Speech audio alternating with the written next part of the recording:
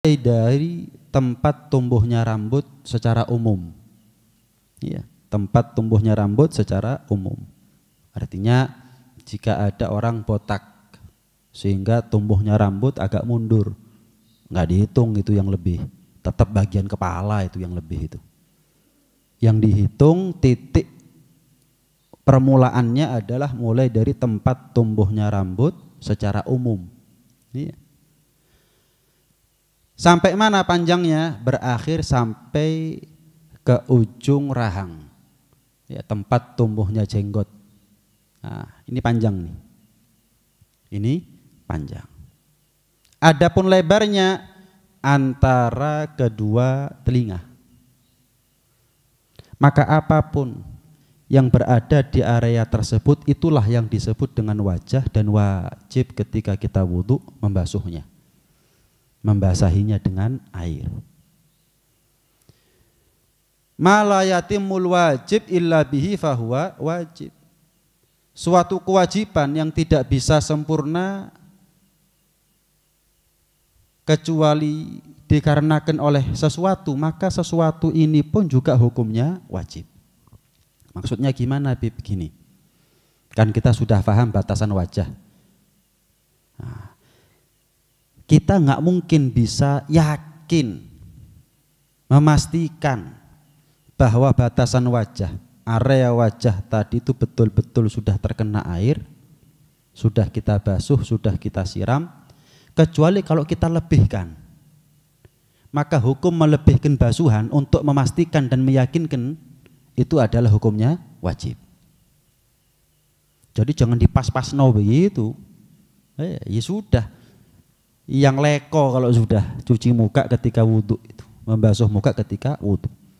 Ya, sebagian kepala rambutnya kena, sebagian telinganya kena, sebagian lehernya kena, kanan kirinya kena. Udah yang leko, jangan apa ya, kayak ngirit misalkan cepet-cepetan misalkan, enggak, udah yang leko sudah. Untuk apa?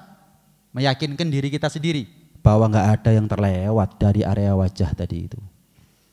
Enggak ada yang luput, enggak ada yang enggak terkena air, semuanya sudah basah terkena air. Maka hukum melebihkan sedikit daripada area wajah tadi itu hukumnya juga ikut wajib. Kenapa? Kalau enggak gitu enggak yakin kita. Kalau enggak gitu basuhan kita bisa nggak sempurna, maka hukum melebihkan sedikit itu hukumnya juga wajib. 6. Dan ketahuilah bahwa apapun rambut atau bulu yang tumbuh di muka kita itu wajib kita basuh, wajib tersiram oleh air. Mau rambutnya, mau kulit tempat tumbuhnya. Apapun itu, setebal apapun, sepanjang apapun, ya, wajib kita basuh semuanya. Jadi hati-hati kalau kita basuh muka ketika wudhu, jangan sampai ada alisnya yang nggak kena rambutnya. Kalau kita punya kumis, pastikan, ya. Kalau kita punya bulu mata, pastikan itu sudah kena. Kemudian bulu yang tumbuh di bawah, bibir bagian bawah untuk laki-laki, pastikan itu sudah kena. Kemudian apa? Kalau orang Jawa bilang hati-hati. Apa itu? Kalau laki mungkin godek ya. Godek. Kalau perempuan apa namanya itu? Ada itu yang panjang, kalau perempuan agak panjang gitu. Iya. Rambut yang tumbuh di pinggiran telinga, ya, maaf, rambut yang tumbuh yang sejajar dengan telinga. Nih, cuman kalau perempuan biasanya panjang. Nah, kadang-kadang kalau wudhu diselempitkan ada di bagian belakang telinganya. Itu padahal bagian rambut wajah yang wajib dibasuh. Panjang, Bib, panjang, dibasuh.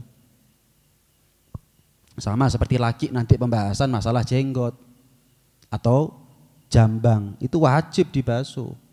Untuk laki-laki sepanjang apapun. Maka perempuan yang godeknya panjang tadi itu menjulur ke bawah, itu jangan sampai diselempitkan ke bagian belakang telinga, akhirnya nggak terbasuh nanti itu. Akhirnya nggak terbasuh. Itu bagian rambut wajah yang wajib dibasuh. Sama seperti alis, sama seperti idep, sama seperti rambut pipi. Wajib itu dibasuh semuanya. Wajib itu. Mau dohirnya maupun batinnya. Dohir itu gimana? Yang kelihatan. Yang kelihatan. Bagian batin yang tidak kelihatan. Itu semuanya wajib dibasuh. Kan pastilah. Idep misalkan ya, atau alis. Jenengan pasti kelihatan alis saya. Tapi pasti ada bagian yang tidak terlihat. Nah, bagian yang terlihat, yang nampak itu namanya dohir. Yang tidak nampak itu namanya batin. Panjang, pendek, tebal, tipis, dohir, batin, semuanya wajib dibasuh. Ya.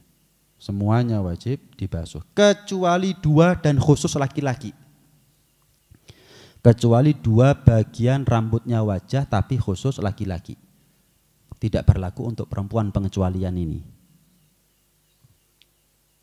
Apa itu? Yang pertama jenggot. Jenggot laki-laki, dan yang kedua adalah jambang laki-laki. Ya, brewok. Ada jenggot, ada jambang. Untuk laki-laki secara khusus, jika jenggot dan jambangnya ini tebal, sekiranya jarak 1,5 meter, saking tebelnya kulitnya nggak kelihatan. Tempat tumbuhnya jenggot atau jambang itu nggak nampak, nggak kelihatan. Itu namanya tebal. Maka khusus untuk laki-laki yang berjenggot tebal, berjambang tebal, yang wajib dibasuh hanya dohirnya saja. Bagian batinnya nggak wajib dibasuh. Cuman sunnah sekaligus bagian batinnya dibasuh. Gimana Bib contohnya Bib? Kalau ada orang punya jenggot tebal yang dibasuh hanya dohirnya tok, ya sudah. Cukup begini saja, cukup sudah. Cuman jenggot saya kan tipis ini, kan kelihatan tempat tumbuhnya jenggot, ya berarti tipis. Cuman misal nih jenggot saya tebel, panjang, gimana? Ya sudah, pokoknya apa yang kelihatan, apa yang sejajar dengan wajah dibasuh, dibasahi dengan air. Apa yang sejajar dengan dada, alias apa yang nggak nampak dari orang yang ada di depan kita, muka kita, itu bagian batin, sunnah. Sunnah ditakhlil itu menyela-nyelai jenggot dengan tangan kanan tapi dimulai dari bawah. Sunnahnya begini. Dibasahi tangannya kemudian biar yakin dan pasti bahwa tidak ada yang terlewat. Sunnah, wajibnya kalau tebel ya cuman dohirnya saja. Tapi kalau jenggot saya ini kan tipis, jarak 1,5 meter orang kelihatan kulitnya. Gimana? Wajib dohir maupun batin. Jadi hukumnya mentakhlil itu hukumnya bisa menjadi wajib kalau buat saya. Iya, bisa menjadi wajib total sudah. Rambutnya, kemudian kulitnya, tempat tumbuhnya itu juga harus kena. Jambang juga begitu sama, jambang. Kalau itu tebal, maka yang wajib dibasuh hanya dohirnya saja. Sunnah disela-selai. Jadi bukan cuma dibasuh gini saja, disela-selai sekalian wis. Iya. Tapi kalau jambangnya itu tipis, maka wajib dohir maupun batinnya. Ingat, ini untuk laki-laki. Untuk perempuan, Bib, ada perempuan Bib, kelainan hormon, jenggotnya tebel, brewok. Gimana? Tetap dia wajib membasuhnya dohir maupun batin.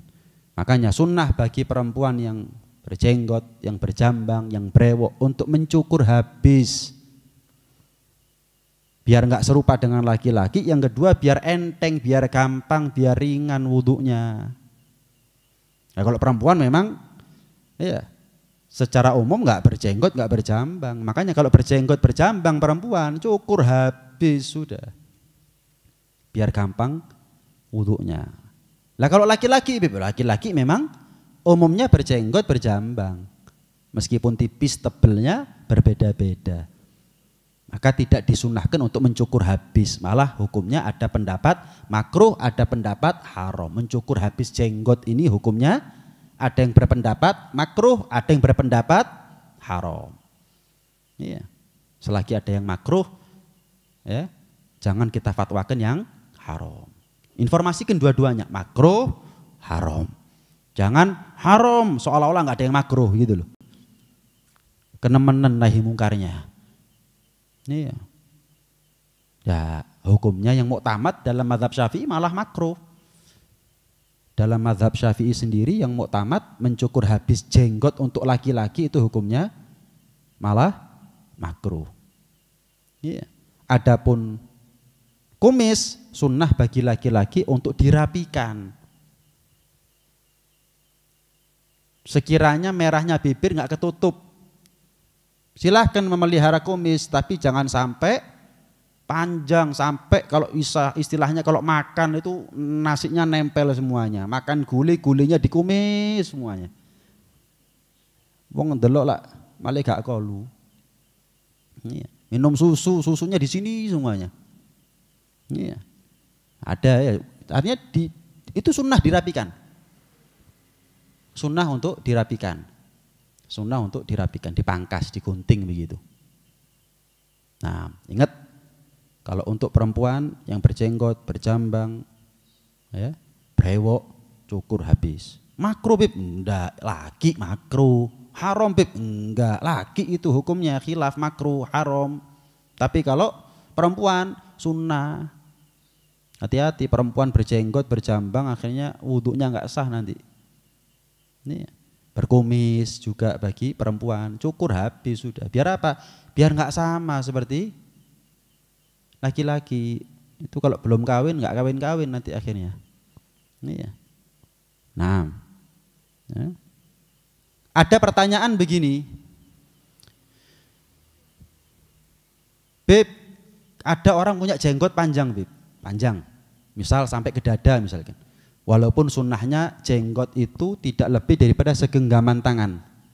Nih, tidak lebih daripada segenggaman tangan, sunnahnya begitu. Dan maaf, sunnah juga untuk merapikan jenggot. Jadi apa yang jeprak itu dirapikan. Iya. Ya kalau merak jeprak bagus hadirin. Iya, jenggot jeprak ini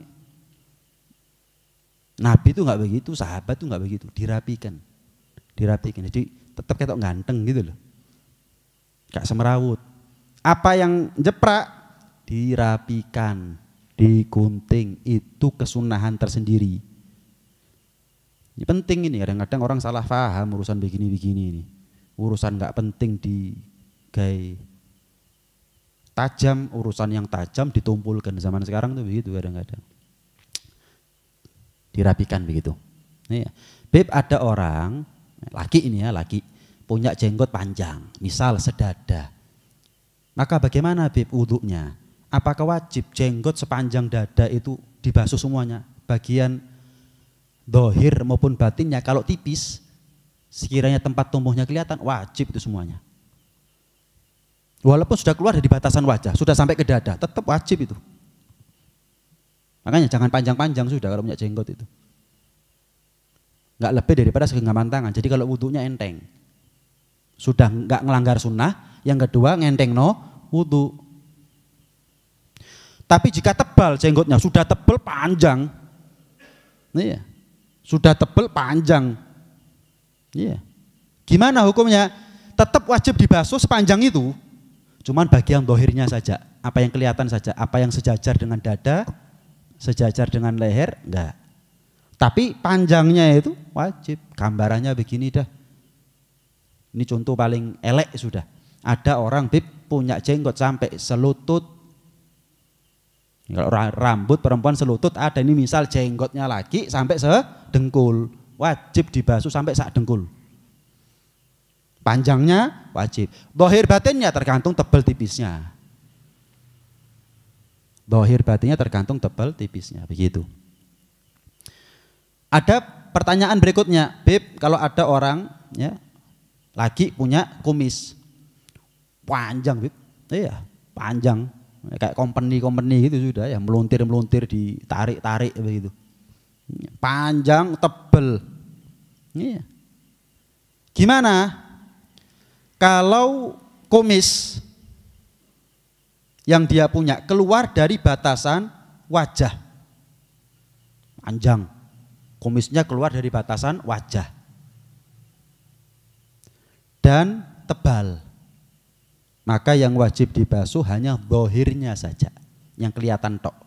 Tapi kalau tipis, seperti saya ini tipis, tapi kok panjang, iya, kan beda ya, tebal sama panjang itu kan beda. Walaupun identik, kalau sudah tebal ya panjang biasanya, kalau sudah panjang tebal. Tapi misal nih kumis saya ini tipis, tapi kok panjang, iya, kok panjang. Walaupun sampai keluar dari batasan wajah, zahir maupun batinnya wajib dibasuh. Kenapa? Tipis. Begitu. Jelas ya?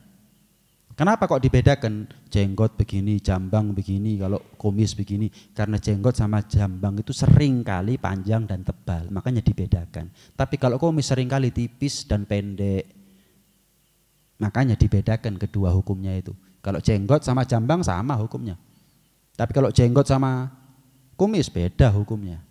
Ini penting ini, terutama untuk laki-laki. Kalau untuk perempuan ya tadi itu, rambut yang nempel di telinga yang ada di, ya, nempel di tulang yang dekatnya telinga loh, kan ada tulang ini. Ada tulang ini. Itu namanya godek. Godek. Kalau laki-laki pendek biasanya, seperti ini kan pendek. Gak ada yang sampai panjang begitu. Perempuan biasanya panjang godeknya itu.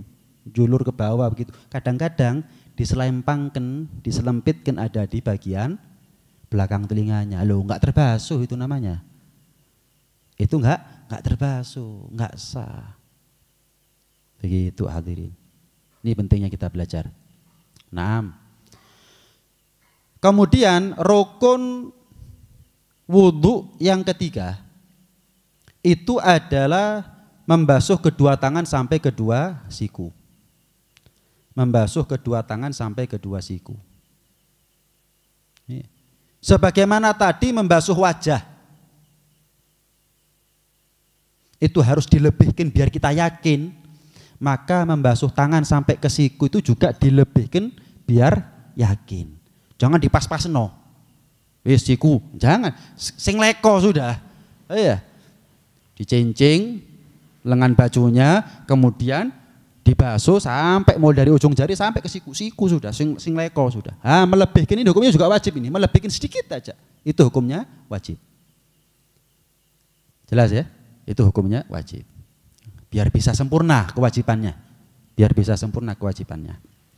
Nah, Beb, kalau ada orang punya jari 6, Beb, semuanya wajib dibasuh. Ya. Ada kelebihan daging antara, ya, tumbuhnya daging itu antara jari sampai siku. Lain kalau tumbuhnya daging di lengan atas. Tapi kalau tumbuhnya daging di lengan bawah, wajib dibasuh. Jari berlebih wajib dibasuh, sama itu. Beb, maaf kalau ada orang terputus tangannya.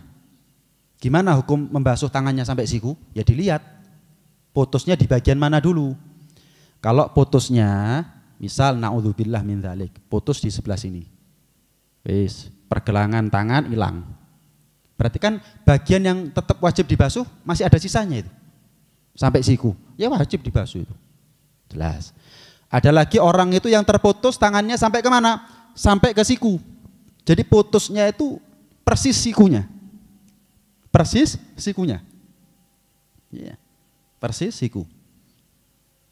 Kadang-kadang naudzubillah ya, orang kalau sepuh jatuh terus misal pas sikunya ucul, sepuh, biasanya itu diamputasi. Ya enggak semuanya, tapi ada resiko diamputasi persis ada di sikunya, persis. Jadi ucul sudah, nggak bisa dibalik no. Ya kalau masih muda, masih kecil, gampang balik. Kalau sudah begini, keplay sudah. Terus gimana? Ya dipotong biar semari. Kan ngerepoti kalau tangan keplay ini. Sudah dipotong. Nah itu persis siku. Ini dibuang sudah. Nah ini tetap wajib dibasuh ini. Jadi apa yang tertutup kulit kemudian setelah operasi itu, bagian atasnya tetap wajib dibasuh. Kan itu bagian siku. Siku wajib dibasuh tetap. Iya, wajib dibasuh.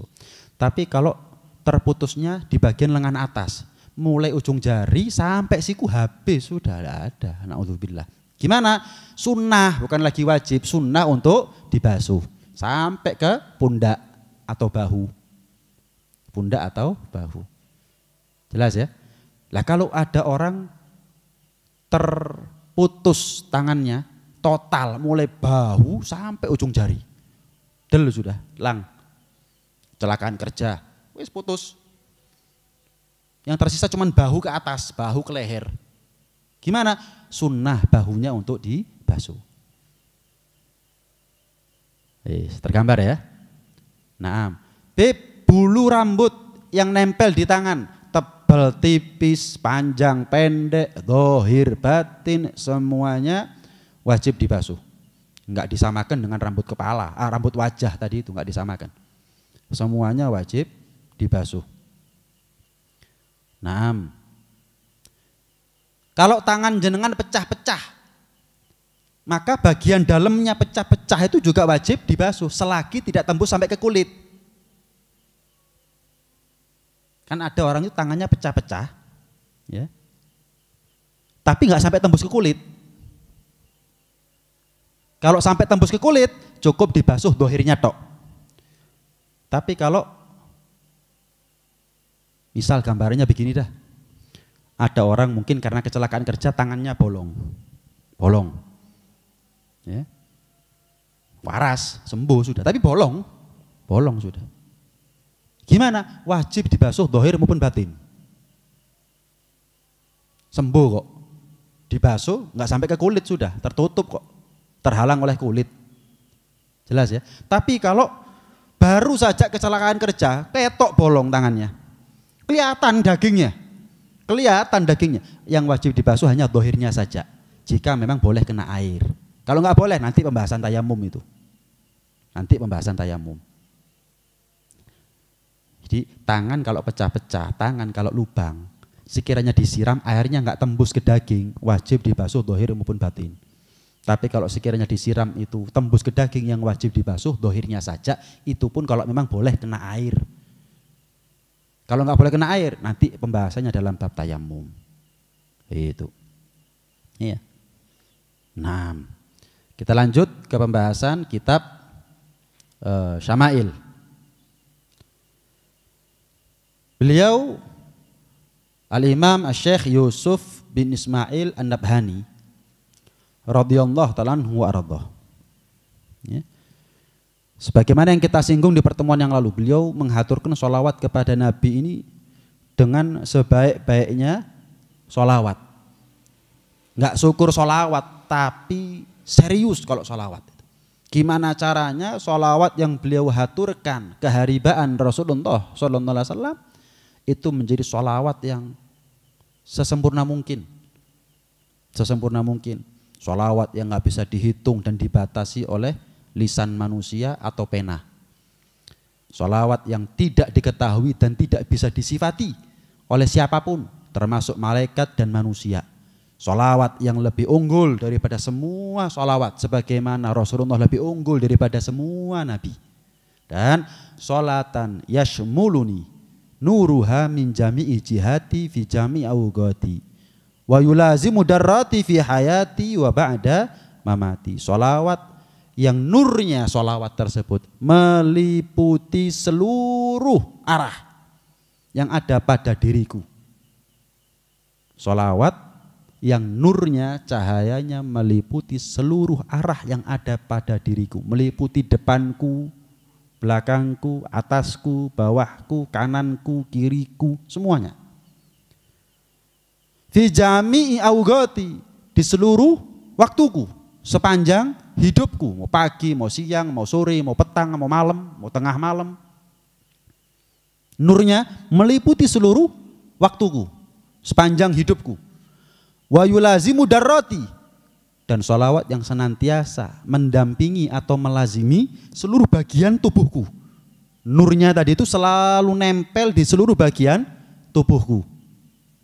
Mau mata, mau mulut, mau dohir, mau batin, semuanya kena. fi hayati wa ba'da mamati.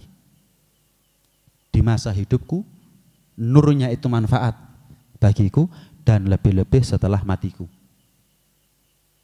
Itu juga manfaat nur sholawat itu bagiku.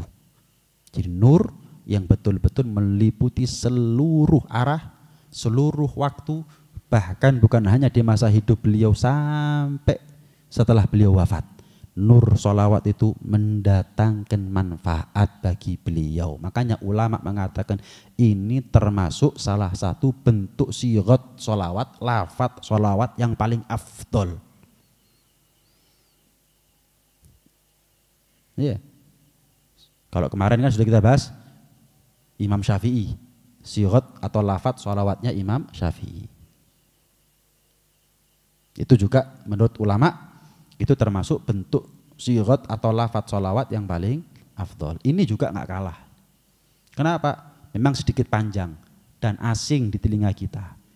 Kalau sholawatnya Imam Syafi'i rotok gak asing masih.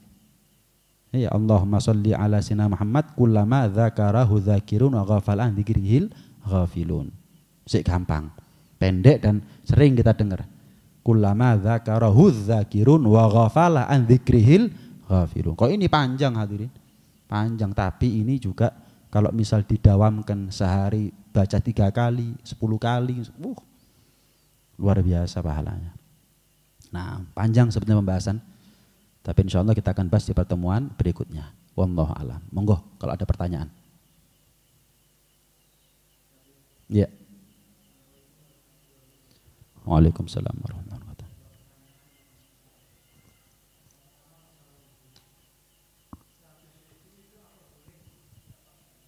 Iya.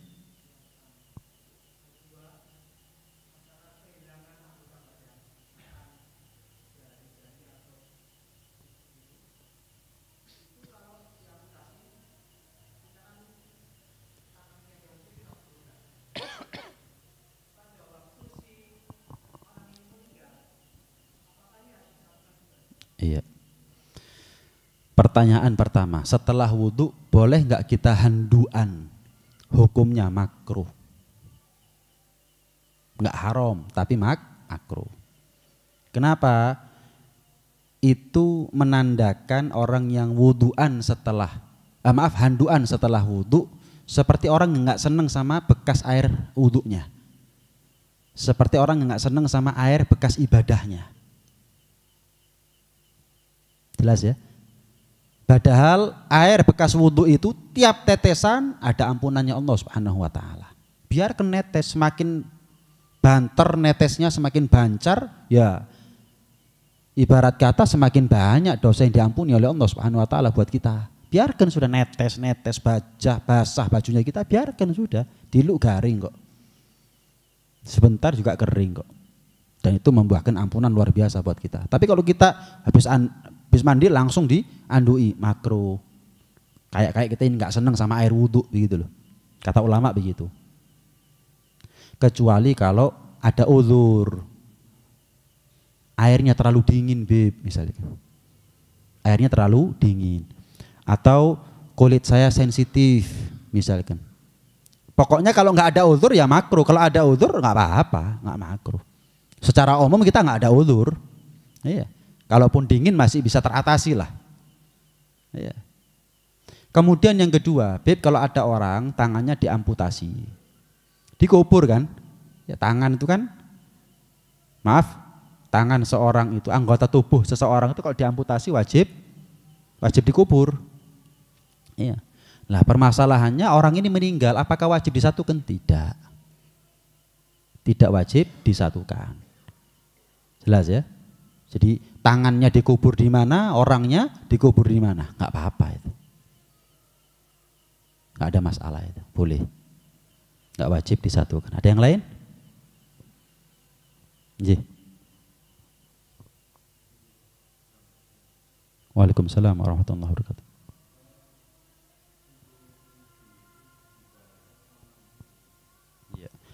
Wudhu bareng sama mandi boleh apa enggak? Kalau bolehnya boleh, cuman caranya gimana dulu. Kalau jangan pokok mandi jebar jebyur, ya ini tak niati wudhu, ya tidak bisa. Jelas ya? Tak kasih gambaran. Bib gimana Bib? Saya ini mandi tapi juga wudhu. Jadi habis mandi nggak pakai wudhu lagi, langsung sudah sholat. Cara yang paling gampang kalau pakai shower. Pakai shower. Maaf, jenengan telanjang ya sudah selesai. Nyalakan shower.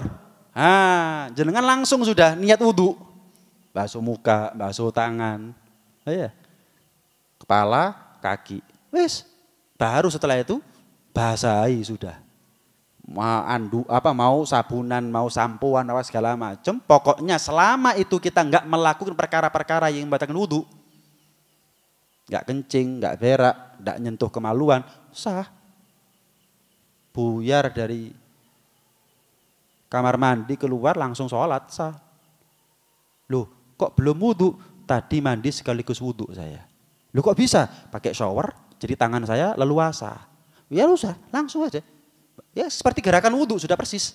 Cuman saya sekaligus langsung mandi saat itu. Daripada kalau biasanya kita kan nggak mandi selesai ya, selesai baru wudhu lagi. Ini enggak. Nyalakan shower pertama kali langsung wudhu. Langsung wudhu. Selesai sah wudhunya ini ya, wis mandi sudah. Basahi sisa badannya. Mau sampoan setelah itu, mau sabunan setelah itu. Ya, mau sikatan, selesai dari kamar mandi langsung sholat, sah itu. Kenapa kok pakai shower? Apakah syarat? Tidak, cuman secara umum gampang kalau pakai shower. Tapi kalau pakai cibuk, gayung agak repot. Karena tangan kita tidak leluasa. Cuman sekedar contoh saja sih itu. Intinya bisa kita ini wudhu di dalam mandi itu bisa. Tapi kalau mandi menggantikan wudhu itu ya nggak bisa. Kita bangun tidur, wis adus, ya tak niati wudhu ya tidak bisa. Kenapa? Kan tertib yang namanya wudhu itu harus muka dulu, tangan dulu, kepala, baru kaki. Nah kalau kita mandi kan biar jebur tok. Bagaimana mungkin ini bisa dikatakan sebagai pengganti daripada wudhu? Nggak bisa. Begitu. Terakhir kalau ada. Ada Mas Amin?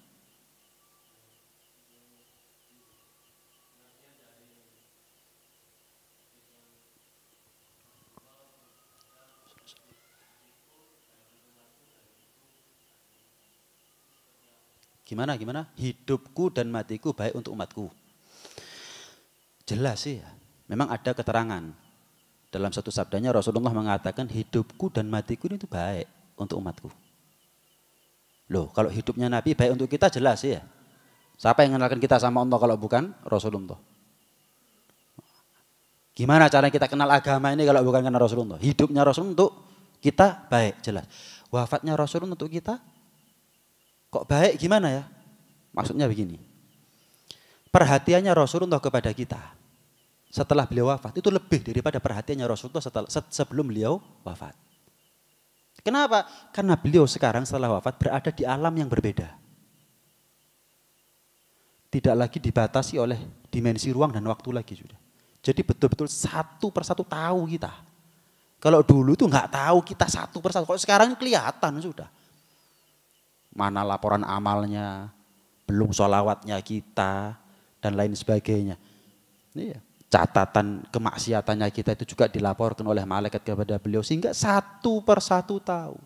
Nah, semakin bagaimana Rasulullah mengenal kita, maka semakin besar rahmatnya beliau kepada kita. Itulah yang dikatakan wafatnya beliau itu adalah kebaikan untuk umatnya. Kenapa? Rahmatnya Nabi. Rasulullah hidup, kita belum hidup. Tapi kita mendapatkan manfaat dari hidupnya Rasulullah walaupun kita belum hidup. Sehingga kita menjadi umatnya beliau. Beliau wafat, kita belum lahir. Kan begitu? Sekarang lahir kita, setelah ribuan tahun baru lahir kita. Tapi kan Rasulullah tahu kita. Walaupun beliau wafat kan ngontrol kita, ngelihat kita, ngawasi kita. Nah, Rasulullah itu kalau ngawasi kita ini yang didulukan adalah sayangnya. Bukan karena kita ini banyak maksiat terus wis marah tok Rasulullah, enggak. Yang didulukan sayangnya. Belum lagi kalau kita mati, kalau kita meninggal, akan semakin tampak betapa besar ya peran dan andil Rasulullah nanti di akhirat. Kita meninggal, misal ketika meninggal dijemput rohnya oleh Rasulullah, dihadiri oleh Rasulullah. Di alam kuburnya didampingi sama Rasulullah. Iya. Masuk surga bersama Rasulullah, ya jelas, apalagi. Akan semakin ketara dan nampak bahwa yang dikatakan wafatnya Nabi itu baik untuk umatnya. Baik umatnya masih hidup ataupun setelah meninggalnya itu umat. Jelas wafatnya Nabi adalah kebaikan buat kita semuanya. Begitu hadirin. Wallahu a'lam. Mudah-mudahan ada ilmu yang manfaat yang bisa kita amalkan setiap harinya sehingga menjadi ilmu yang bisa kita pertanggungjawabkan kelak ada di akhirat. Amin Allahumma amin. Amin ya rabbal alamin. Rabbana anfa'na bima 'allamtana, rabbi 'allimna alladhi yanfa'una, rabbi faqihna wa faqih ahlana wa qarabatin lana fi dinina ma hal kutri unsa wa dzakar, rabbi wafiqna